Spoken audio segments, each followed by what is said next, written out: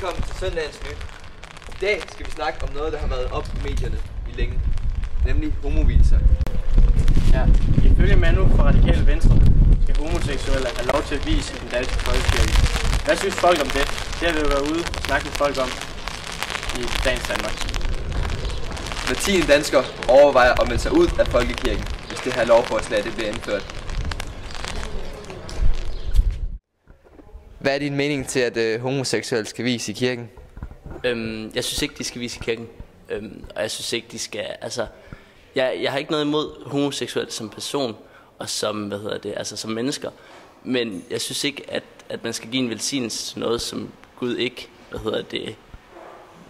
som Gud ikke vil velsigne. Jeg synes, det er helt okay. Jeg synes, at homoseksuelle skal ligestilles med heteroseksuelle på alle punkter. Det er noget pis. Rent sagt noget pis. Det er ikke homoseksuel, man hader. Det er selve handlingen. I Bibelen der står direkte, at homoseksualitet er forkert. Hvorfor i alverden skal sådan noget pis ind i kirken så? Kirkenministeren er jo ikke engang kristen. Hvad laver han? Jeg synes, det er okay, fordi at homoer, de er mennesker. Ligesom alle andre. Jeg synes også, det er en menneskerettighed, at man skal have lov til at gifte sig med den, man elsker. Uanset hvilket køn man er til. Jeg er helt sikker på, at jeg melder mig ud af folkekirken, men det er ikke som protest af. Jeg synes egentlig bare, at det var et lovforslag, der skulle... Altså, jeg synes bare, at sådan skal det være. Vi har fået udtalelse fra Dansk Folkeparti og en sognepræst her fra Tønder. Min mening omkring homoseksuelle eller biseksuelle, for den sags skyld, er, at de er jo mennesker ligesom os alle andre, af kød og blod, og skabt i Guds billede, om man vil, hvis man tror på det. Så det er fuldstændig roligt og helt afslappet til, at de har den seksuelle orientering.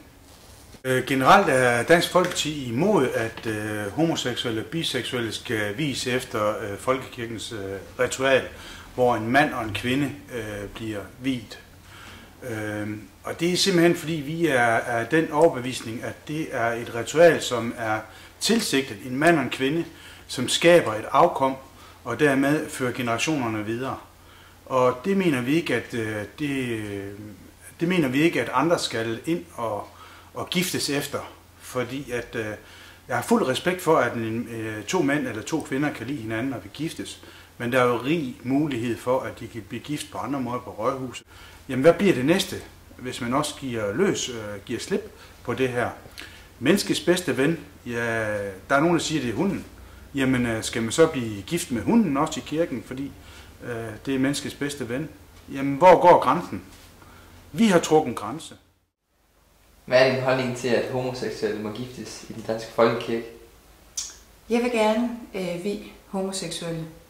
Og det er der jo der er forskellige holdninger til det. Det har fyldt rigtig meget i medierne i den sidste tid. Ægteskabet, det er jo en borgerlig ordning, hvor man så kommer ind i kirken og får velsignelsen. Der kan jeg ikke se, hvorfor det kærlighedsforhold, der er mellem en mand-kvinde, skulle være anderledes i forhold til det kærlighedsforhold, der er mellem mand eller kvinde i dag.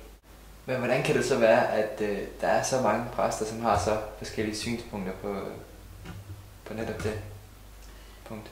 Det er jo faktisk ret få præster, der ikke vil vie homoseksuelle, eller velsigne dem i hvert fald. Altså, biskopperne her i Danmark, de mener, at homoseksuelle skal have deres eget ritual, hvis det her lovforslag her det bliver indført. Hvad mener du om det? Man bliver også nødt til på en eller anden måde at tilpasse ritual. Altså på en eller anden måde skal man have overvejet også, hvilket ritual det skal være. Vi har snakket med et medlem af Dansk Folkeparti, som har udtalt, hvad er menneskets bedste ven, og hvorfor skal man ikke have lov at gifte sig med sit kæledyr? Hvad bliver det næste? Altså et kærlighedsforhold, hvor det er to ansvarlige parter, der frivilligt går ind i det. Fordi man kan også diskutere, hvad så med incest, for eksempel. Skulle det så velsignes? Vi har snakket med Daniel, der går i 2G på Tønder Gymnasium. Som 14-årig sprang han ud som homoseksuel. Jeg går i 2G på samfundsfagslinjen, og nu har jeg flyttet til Kolding. Hvordan reagerede dine forældre, da du fortalte dem, du var til et drenge? Ret dårligt. Jeg sprang ud som 14-årig, og det var de overhovedet ikke glade for. De kunne slet ikke sætte sig ind i mit sted, og de mente bare, at det var en fase, jeg skulle igennem og sådan noget, og jeg tror faktisk ikke, de respekterede det nu, men jeg tror ikke, de accepterede det. Altså, det er da fint nok, at de homoseksuelle, der gerne vil giftes, de må da gerne blive gift.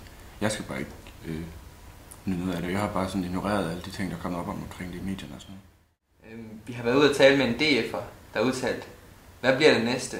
Hunden er menneskets bedste ven. Skal man så også have lov til at gifte sig med dyr? Hvad er din mening til det? DF kan bare forgave. Altså, vi er i 2012, men der er måske noget nyt nu.